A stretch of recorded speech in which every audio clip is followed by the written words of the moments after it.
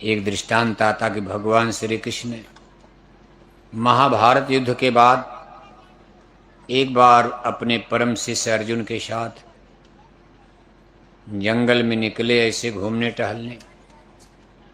भगवान श्री कृष्ण और अर्जुन में धार्मिक संवाद होने लगा। विषय माया का खड़ा हो गया। भगवान श्री कृष्ण ने कहा, अर्जुन, ये मेरी माया इतनी प्रबल शक्ति है, किसने बड़े बड़े ऋषि मुनियों की मट्टी पलीत कर दिया। मेरी गोद से मेरे भक्तों को झपट लेती है। माया महा ठगनी हम जानी। अर्जुन ने कहा, नहीं केशव, आप भगवान हो, मैं आपके साथ रहता हूं, मैं आपका परम भक्त हूं, माया मेरा क्या बिगाड़ पाएगी।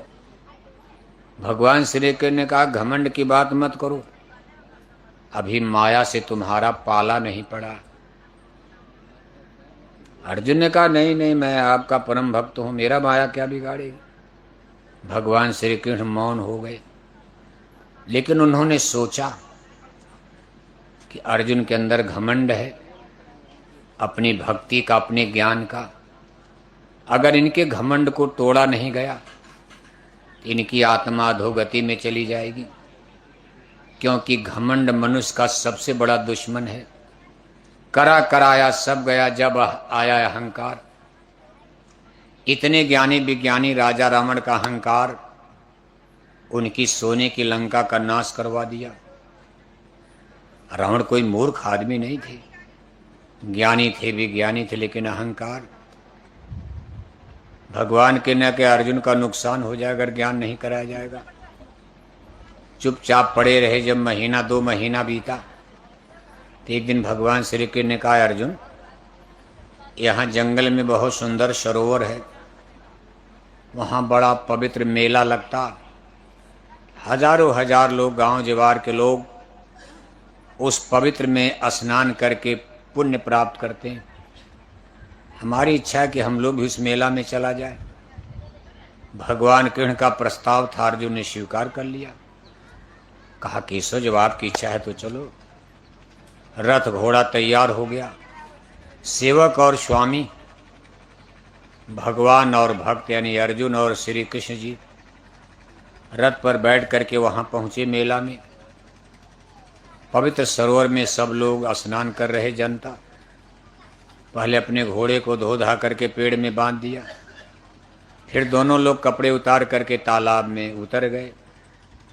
भगवान श्री कृष्ण ने कहा, भाई ऐसे नहीं, आप हमारे कंधे पर हाथ रखो, हम आपके कंधे पर हाथ रखेंगे, और सेवक और स्वामी एक साथ पानी में डुबकी लगाकर स्नान किया जाएगा। ये भी प्रस्ताव अर्जुन ने स्वीकार कर लिया। जब दोनों लोग एक साथ पानी में डुबकी लगाए और जब पानी के ऊपर आए, अर्जुन देख रहे हैं कि पूरा मेला गायब हो गया। वहाँ न कोई दुकान है, न कोई डलिया, न कोई आदमी, न कोई। देख रहे हैं तो उनके घोड़े और रथ भी गायब हैं। जब उन्होंने पीछे मुड़ करके देखा, तब तक भगवान श्री कृष्ण भी गायब हो गए। अब अर्जुन बेचारे भीगी चड्डी पहन के पानी में खड़े हैं। भगवान कृष्ण के गायब होते ही लगे रोने, हाय मेरे कृष्ण, हाय मेरे कृष्ण, आप हमको इस जंगल में छोड़कर कहाँ चले गए अकेले। सोचा कि अच्छा चलो पानी के बाहर अपने कपड़े उपड़े बदल कर जल्दी जंगल से निकल चलें, क्योंकि शाम हो जाएगी। जंगली जानवर शेर भालू चीता मार खाएंगे। यहाँ से निकल चलना है, जान बचाओ किसी तरह।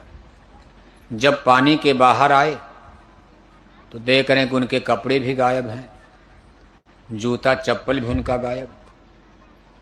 उन्होंने सोचा, भाई हम तो जंगल में अकेले हो गए, अपना गांडीव धनुष तो उठा लिया जाए कि कोई शेर कोई चीता आक्रमण करेगा तो हम लड़ेंगे। तो देख रहे हैं कि उनका गांडीव धनुष भी गायब हो गया। उनका हथियार गांडीव जिससे महाभारत जीता था, उनके सारे धनुष बाण भी गायब हो गए। अब अर्जुन बिल्कुल व्याकुल और बेचैन हो जाते और भगवान कृष्ण के रोते हुए जंगल में आगे बढ़ते। कि जल्दी जंगल से निकल चलो, अंधेरा होने के पहले, रात होने के पहले जंगल से निकलकर हम किसी गांव में बस्ती में पहुंच जाए, जान तो बच जाए। अब देखो वही भीगी चड्ढी पहने हुए, पैरों में जूता चप्पल भी नहीं, नंग धड़ंग अर्जुन बेचारे भागते जा रहे। थोड़ी दूर गए तो एक गांव छोटा सा जंगल के बाहर, संध्या हो रही थी। वहां प्रकाश की रोशनी, अर्जुन ने सोचा जब लाइट जल रही, दिया, तो जरूर कोई गांव होगा, आबादी। वहां जब पहुंचे तो एक धर्मशाला में महाभारत की कथा हो रही थी। पंडित जी, व्यास जी चौकी मंच पर बैठ करके कथा सुना रहे थे। गांव की जनता कथा सुन रही थी। संजोग से उस समय महाभारत की कथा में अर्जुन का ही जिक्र चल रहा था। व्यास जी गांव वालों को सुना रहे थे कि महाभारत का परम विजेता धनुर्धर अर्जुन ने भीष्म पितामह को मार डाला, इनको महाबली कर्ण को मारा, बड़ा बहादुर अर्जुन। अब जब अर्जुन ने अपनी बड़ाई सुनी तो रोना धोना बंद करके कूद करके मंच पर चढ़ गए। भगवान किरण को भूल ही गए, अपनी बड़ाई किसको नहीं अच्छी लगती।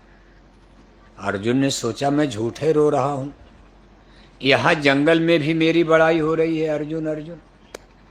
वो मंच पर कूद करके चढ़े और कहा सीना ठोरे, भाई अर्जुन मैं ही हूं जिसकी आप लोग यहां बड़ाई करे कथा सुन रहे हो। वो महाभारत का वीर विजेता अर्जुन मैं ही हूं। तब तक एक आदमी ने खींचकर मारा एक तमाचा, कहा बेवकूफ आदमी, अरे अर्जुन आएगा तो रथ पर बैठ कर आएगा, उसके सर पर सोने का मुकुट होगा, बगल में गांडीव धनुष होगा, वो तुम्हारी तरह से भीगी चड्ढी पहनकर घूमेगा पागल की तरह। अब अर्जुन बेचारे डर के मारे नीचे बैठ गए। थे तो अर्जुन ही, लेकिन सोचा अगर कुछ और बोलेंगे तो गांव वाले और पिटाई करेंगे। जब कथा खत्म हो गई, सब लोग चले गए,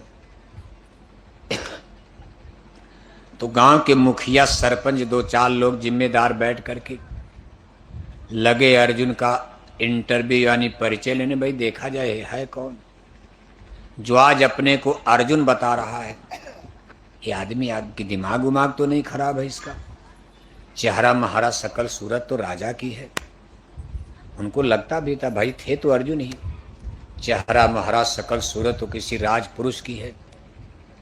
लेकिन अगर ये राजा होता, राजकुमार होता, तो पैर में जूता चप्पल नहीं, भीगी चड्ढी पहन के क्यों घूम रहा?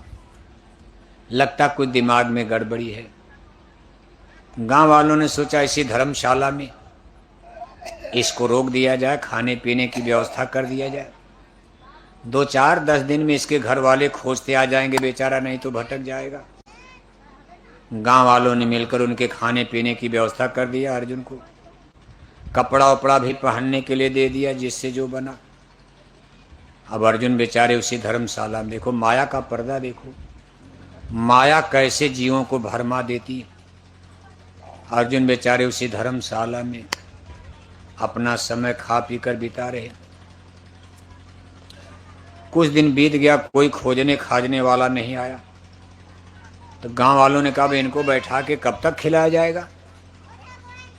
हाय हट्टा कट्टा आदमी, शरीर से तंदुरुस्त है, मजबूत है, इससे कुछ काम लेना, इसकी कोई ड्यूटी दे दिया जाए और उसके बदले में गांव वाले इसको भोजन वोजन, रोटी कपड़ा मकान की व्यवस्था करेंगे।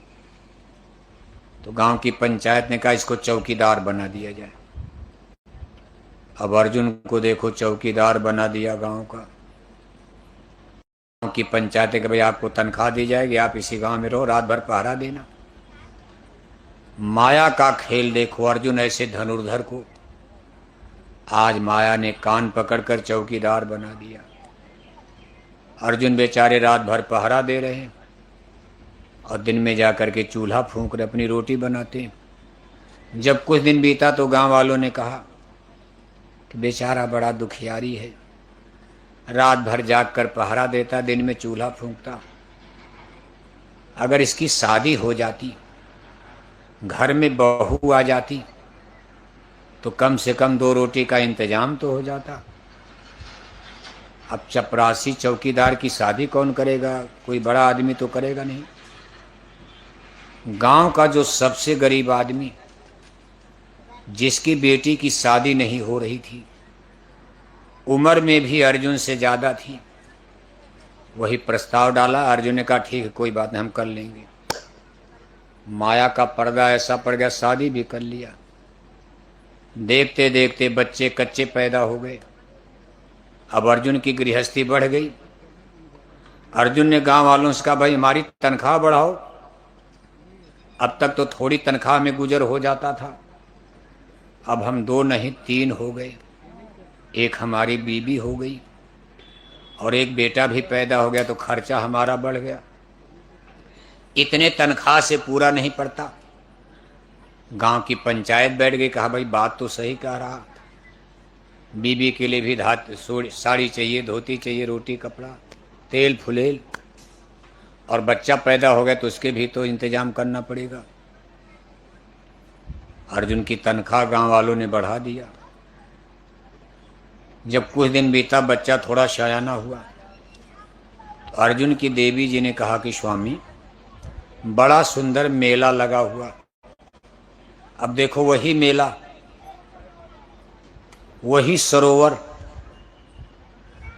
कहा हम अच्छे बच्चे हो गए, कभी हम लोग तीर्थाटन नहीं किए, कभी हम लोग तीर्थ व्रत किए नहीं, चलो एक बार पुण्य कमा लिया, हम भी चले मेला में। अर्जुन ने अपनी बैलगाड़ी ठीक किया, अब हाथी घोड़ा नहीं, बैलगाड़ी। चपरासी की नौकरी में रथ कहाँ मिलेगा, बैलगाड़ी पर आ गए और गाड़ीवान बन गए। बैल हाँकते हुए पीछे बीबी बच्चों को बैठा लिया, पुआल उवाल उसी में रख करके बीबी बच्चे बैठा लिए। गाड़ी को हाँकते हुए अर्जुन मेले में पहुंच गए। पहले अपने बैलों को नहला धुला कर पेड़ में बांध दिया।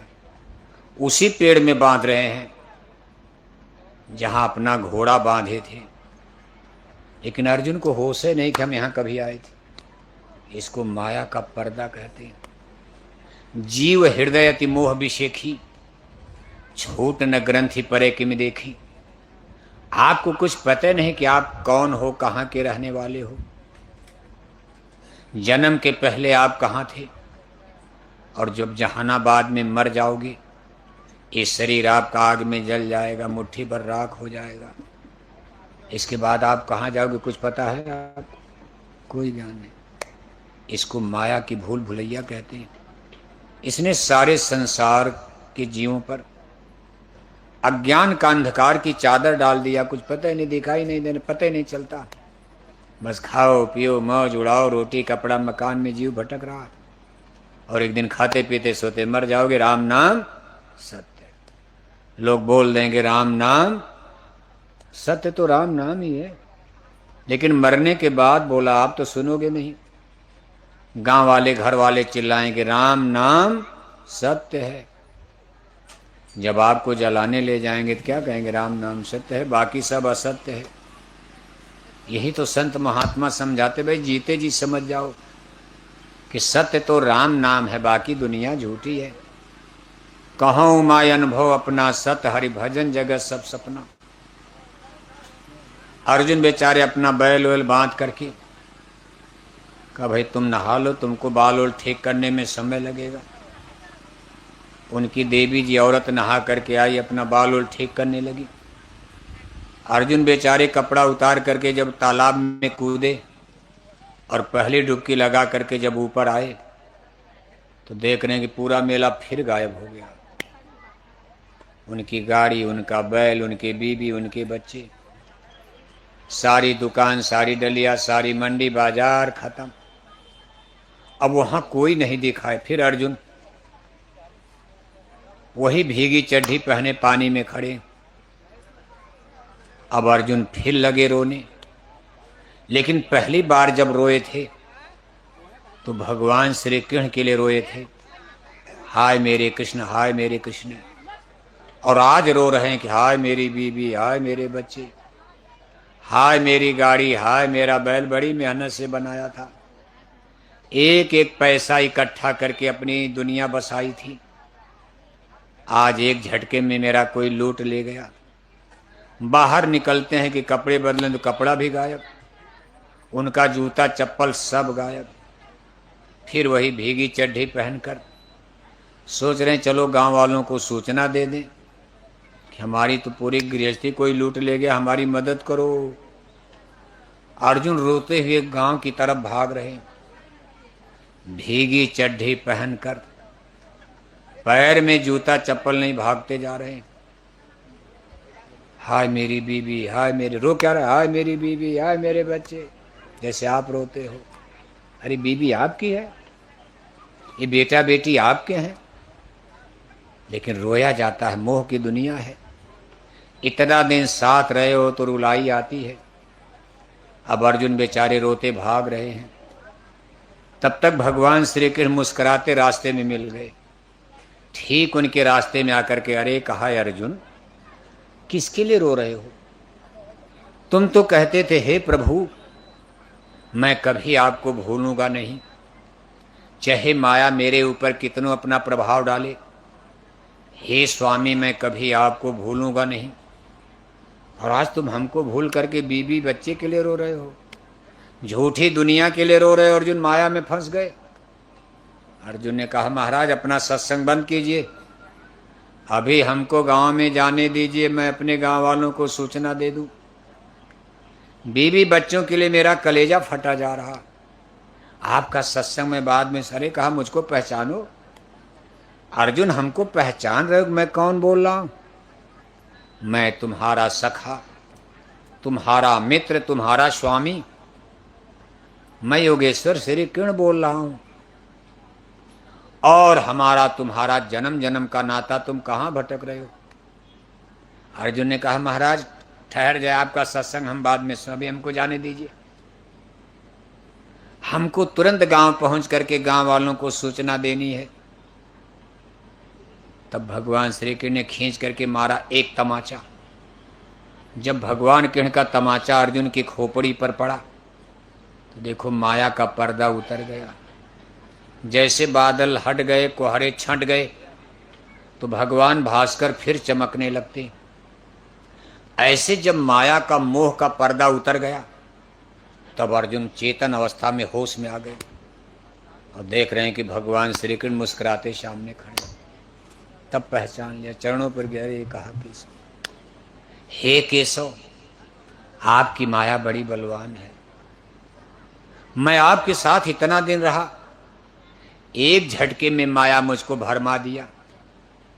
तो जिनको आपका साथ नहीं मिला, आपने मेरा महाभारत में रथ हाँका, आपकी मेरी रिश्तेदारी रही, मैं आपके साथ खाता था, सोता था, उठता था, बैठता था, आपने मुझको गीता का ज्ञान सुनाया था, लेकिन जब माया का पर्दा चढ़ा तो सब ज्ञानवान हमारा भूल गया और माया हमको फंसा ले गई, मैं आपको भी भूल गया था स्वामी। भगवान के ने कहा अर्जुन इसीलिए मैं कहता था कि माया बड़ी प्रबल शक्ति है, माया महा ठगनी हम जानी, छोरत ग्रंथि जानी खगराया, विघन अनेक करे तब माया, रिद्धि सिद्धि प्रेरे वो भाई, बुद्धि लोग दिखावने आई, होय बुद्धि जो परम शयानी, चितो नत्ति निज अनहित जानी, इंद्री द्वार झरोखे नाना, तय सुर सब बैठे करिथाना, आवत देखें विषय बयारी, ते हठ दें कपाट उघारी, इंद्री सुरन ज्ञान सुहाई, भोगन परति प्रिय सदाई। इसी लोभ और माया में फंसकर हमारा आपका पूरा जीवन बीत जाएगा। अगर संतों का सत्संग नहीं सुनोगे, थोड़ा समझने की कोशिश नहीं करोगे, तो इसी तरह खाते पीते सोते समय तो बीत जाएगा। 10, 20, 50 साल आपकी उम्र है, कोई परमानेंट तो हो नहीं। इन्हीं के 1000, 2000 साल जहानाबाद में रहोगे, ज़्यादा से ज़्यादा 70 बरस, 80 बरस, 90 बरस। सूरज की तरह से चमकता हुआ चेहरा, सोने की तरह से चमकती ये काया शरीर, एक दिन आग में जलकर मुट्ठी भर राख हो जाएगी, मिट्टी मिट्टी में मिलकर मिट्टी बन जाएगा। आप जहानाबाद के सबसे सुंदर आदमी हो, ये नहीं कि आपको घर में रखा जाए, आपको भी ले जा कर लो, जलती चिता में आग पर रखेंगे। हार जरे जो लाकड़ी, केस जरे जो घास, शरीर की हड्डियां लकड़ी की तरह से, शरीर के बाल घास फूस की तरह से घंटे 2 घंटे में जलकर मुट्ठी भर राख हो जाएंगे। आपका नामो निशान मिट जाएगा। बस वही कागज वाली मोबाइल में फोटो बचेगी। शरीर तो जल गया। फोटो वोटो रख करके घर वाले आपका दादा को फूल माला चढ़ाएंगे, नीचे लिख देंगे स्वर्गीय दादाजी। 10वां मना देंगे, ब्रह्मभोज तेरे ही मनाएंगे। और तेरे ही के दिन पूरे गांव जवार में नोटिस सूचना, एक कागज पर लिख करके चिट्ठी भेज देंगे सूचना कि हमारे पूजनीय दादाजी का क्या हो गया, क्या हो गया। आप तेरे ही में क्या लिखते हो चिट्ठी रिश्तेदारों को, सूचना क्या भेजते हो, हमारे पूजनीय दादाजी का क्या हो गया, नरकवास स्वर्गवास।